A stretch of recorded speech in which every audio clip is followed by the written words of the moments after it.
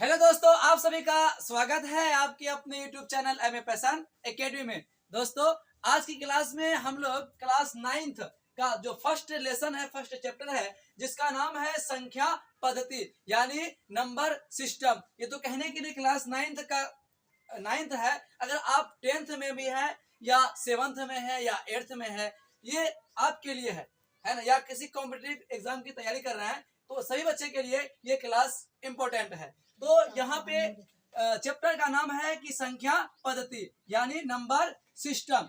तो number system क्या होता है? तो नंबर को रिप्रेजेंट करने वाला जो सिस्टम होता है वो नंबर सिस्टम कहलाता है। यानी इस सिस्टम में, इस पद्धति में हम लोग नंबर्स के बारे में ही जानेंगे। तो नंबर सिस्टम्स कितने प्रकार के होते हैं? तो नंबर सिस्टम्स के अनेकों प्रकार हैं, लेकिन जो मुख्यतः 4 भेद हैं जो आज हमने यहाँ पे लिखा है। एक है कि दशमलव संख्या पद्धति।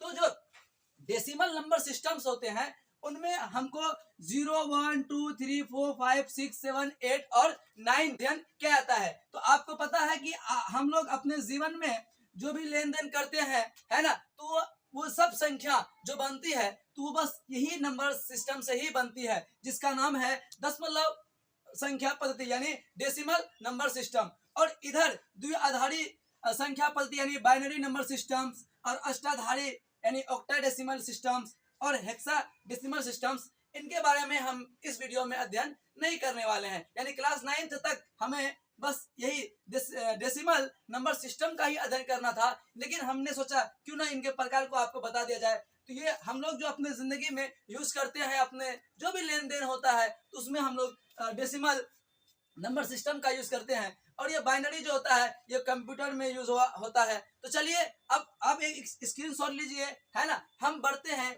आगे। जो नंबर्स हैं, नंबर्स के कितने प्रकार हैं, मतलब भेद हैं, है डिजिट क्या होता है, इन सब के बारे में जानते हैं। चलिए अब हम लोग देखते हैं अंक, डिजिट क्या होता है। तो अंक गणित में सभी संख्याएं जो 10 चिन्हों यानी 0, 1, 2, 3, 4, 5, 6, 8, 9 जो होता है उन्हें जो प्रकट किया जाता है उन्हें ये अंक कहते हैं। यानी अगर हम लोग अपने भाषा में समझे तो ये 1 से लेके 0 तक यानी 1, 2, 3, 4, 5, 6, 7, 8, 9 और 0 जो है ना, यही क्या है? डिजिट है, यही क्या है? अंक है। ठीक है, इन्हीं की सहायता से हम लोग क्या बनाते हैं? तो हम लोग संख्या बनाते हैं। तो यहाँ पे अंक जो है वो हमारे 1 से लेके 9 तक के जो अंक हैं उन्हें कहते हैं संख्यात्मक अंक। क्या कहते हैं उसे? संख्यात्मक अंक। और 0 को क्या कहते हैं? शून्य कहते हैं, है ना। तो अब संख्या क्या होता है? तो संख्या जो बनती है वो अंक की सहायता से ही बनती है।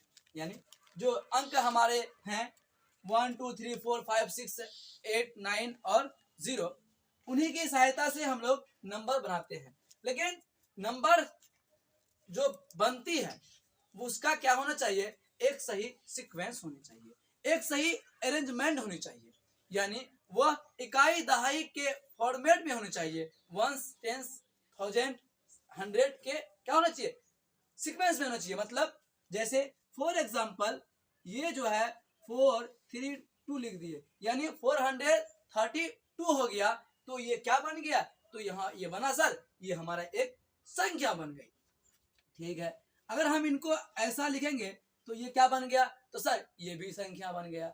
लेकिन देख रहे हैं क्या कि ये इकाई दहाई सैकड़ा के रूप में है ना। इकाई दहाई सैकड़ा, 1000, 10,000, लाख, इसके फॉर्मेट में है।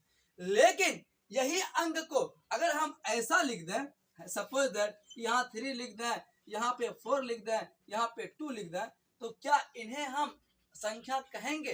तो नहीं, इन्हें संख्या हम नहीं कहेंगे, क्योंकि यहाँ पे तो अंक है लेकिन ये एक सही सीक्वेंस में, एक सही अरेंजमेंट में लिखा हुआ नहीं है, इसीलिए हम इन्हें संख्या नहीं कहेंगे। ठीक है, तो संख्या आप लोगों ने समझ लिया होंगे। तो चलिए अब हम लोग क्या करते हैं कि आखिर संख्या जो स्टार्ट होती है वो कहाँ से होती है, यानी अंक स्टार्ट कहाँ से होती है। तो सबसे छोटी अंक क्या होती है? तो सबसे छोटी जो अंक होता है वो 1 होता है। ठीक है, सबसे छोटी अंक क्या होता है? तो वो 1 होता है। और सबसे बड़ी अंक क्या होगा? यानी 9 हो जाएगा। क्या हो जाएगा? 9 हो जाएगा। ठीक है, अब क्वेश्चन आता है कभी कभी क्या कि 2 अंक की सबसे बड़ी संख्या क्या होगी, 3 अंक की सबसे छोटी संख्या क्या होगी।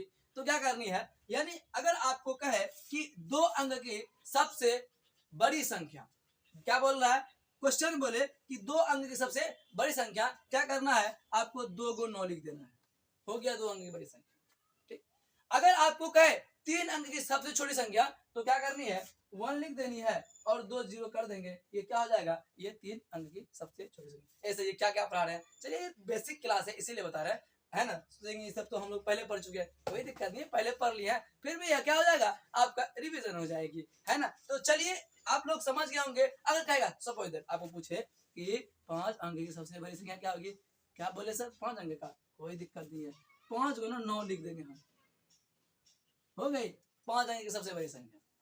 कहेगा कि सर 10 अंक की ना सबसे छोटी संख्या लिखे, तो 1 लिख देंगे, अब 1 तो हो गया, एक अंक तो लिख दिए, अब क्या बोला था 10 को ना, तो 9 को क्या हो जाएगा, 0 हो जाएगा, 1 2 3 4 5 6 7 8 9, ये क्या हो जाएगी 10 अंकों की सबसे छोटी संख्या हो जाएगी। ठीक है, चलिए अब हम लोग संख्याओं के प्रकार को पढ़ते हैं कि संख्या किस किस फॉर्मेट में बटा हुआ है। तो चलिए अब हम लोग संख्या के प्रकार के बारे में पढ़ते हैं। बहुत सारे प्रकार हैं संख्या के, तो यहाँ है कि एक प्राकृतिक संख्या है ना, तो प्राकृतिक संख्या क्या होता है ना? तो अगर आपको पूछे कि काउंटिंग कीजिए, तो आप कीजिए काउंटिंग, कहाँ से करेंगे सर, चाहे तो हम 1 2 3 4 5 6 बोलेंगे, या हिंदी में बोलेंगे तो 1 2 3 4 5 6 7 बोलेंगे, यानी गिनती की संख्या को ही प्राकृतिक संख्या कहते हैं। इतना आसान डेफिनेशन है, इतना आसान है ये, यानी गिनती की जो संख्या होती है ना, उसे ही हम लोग क्या कहते हैं, प्राकृतिक संख्या कहते हैं। यानी 1 2 3 4 5 अनंत तक, है ना, यानी नंबर्स का कोई अंत नहीं होता है ना।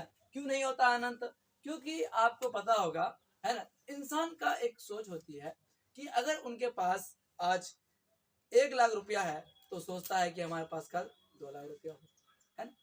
किसी के पास अगर 1 करोड़ रुपया है, तो सोचता है कि 5 करोड़ हो, किसी के पास 10 रुपया है, सोचता है कि क्या हो 20 रुपया हो। यानी आदमी का जो ये होता है, दिमाग होता है ना, वो हमेशा क्या होता है, लालच वाला होता है, यानी वो उसका कभी भी ये दिमाग का जो ललसा होता है वो कभी पूरा होता ही नहीं है। इसीलिए हम कह सकते हैं कि नंबर्स जो होते हैं ना, वो बहुत सारे होते हैं, है ना, उनका भी क्या है, अनंत है, अंत है ही नहीं। लेकिन सबसे छोटी अगर पूछेगा कि सबसे छोटी प्राकृतिक संख्या क्या होती है, वो 1 होती है। ये क्वेश्चंस बिहार बोर्ड मैट्रिक में पूछा था कि सबसे छोटी प्राकृतिक संख्या क्या होती है ना, इतना छोटा बात है ना। यानी हमें एग्जाम में जब तैयारी करते हैं ना, हमें छोटी छोटी बातों को भी ख्याल रखनी होती है, ध्यान रखनी होती है कि एग्जाम जो लेने वाले हैं, जो क्वेश्चन सेट करने वाले हैं, वो क्या पूछ ले। तो इसीलिए हम लोग बेसिक टू एडवांस, यानी बेसिक से लेकर के एडवांस तक के बारे में हम लोग अध्ययन करेंगे। तो ये क्या हो गया, प्राकृतिक संख्या हो गया, है ना, यानी गिनती की संख्या को प्राकृतिक संख्या कहते हैं। ठीक है, अब आते हैं हम लोग पूर्ण संख्या क्या होता है। पूर्ण संख्या क्या होती है, अब क्या है कि प्राकृतिक संख्या के समूह में यदि शून्य को यानी 0 को सम्मिलित कर दिया जाए, मिला दिया जाए, तो वो क्या बन जाएगी, तो वो सर वो पूर्ण संख्या बन जाएगी। यानी यहाँ से अगर हम यहाँ देखेंगे ये सब क्या है, तो ये सब तो प्राकृतिक संख्या है। यदि हम इनमें शून्य को मिला दिए तो ये क्या बन गया, तो ये सर पूर्ण संख्या बन गया। तो पूछेगा कि सबसे छोटी पूर्ण संख्या क्या होती है, तो हो जाएगा मेरा क्या, लड्डू हो जाएगा। क्या लड्डू हो जाएगा, यानी 0 हो जाएगा। चलिए अब हम लोग इसके आगे जो नंबर्स के प्रकार हैं उनके बारे में देखते हैं। चलिए अब हम लोग देखते हैं पूर्णांक क्या होता है, पूर्णांक संख्या क्या होती है ना, यानी इंटीजर क्या होता है। तो धनात्मक संख्याओं, शून्य एवं प्राकृतिक संख्याओं के समूह को ही क्या कहते हैं हम लोग, इंटीजर कहते हैं। यानी इसमें प्राकृतिक संख्या भी होती है, शून्य भी होते हैं, और ऋणात्मक संख्या भी होती है, यानी ऋणात्मक मान वाला भी संख्या होती है। उन्हें ही हम लोग क्या कहते हैं, संख्या क्या कहते हैं, पूर्णांक कहते हैं। कौन संख्या कहते हैं, पूर्णांक संख्या कहते हैं। यानी अगर हम इसे नंबर लाइन पे जो ड्रॉ किए हैं, यानी 0 है ना, यहाँ से 0 से जो दाईं तरफ है ना, दाईं तरफ जो भी नंबर्स लिखे जाते हैं वो किस में लिखा जाता है, तो प्लस में लिखा जाता है। यानी 0 के दाईं तरफ, 0 के ये 0 है ना, 0 के दाईं तरफ जो भी नंबर्स लिखे जाते हैं वो धनात्मक लिखे जाते हैं, और 0 से बाईं तरफ लिखे जाते हैं, यानी इस तरफ बाईं तरफ वो क्या आते हैं, ऋणात्मक होते हैं। और शून्य जो होता है वो ना तो धनात्मक होता है और ना ही ऋणात्मक होता है। आई होप आपको ये वीडियो देख करके समझ में आया होगा। यदि समझ में आए तो लाइक करें, शेयर करें, कमेंट करें आज की क्लास कैसे लगी, है ना, और अपने दोस्तों के साथ शेयर जरूर करें। Thanks for watching this video.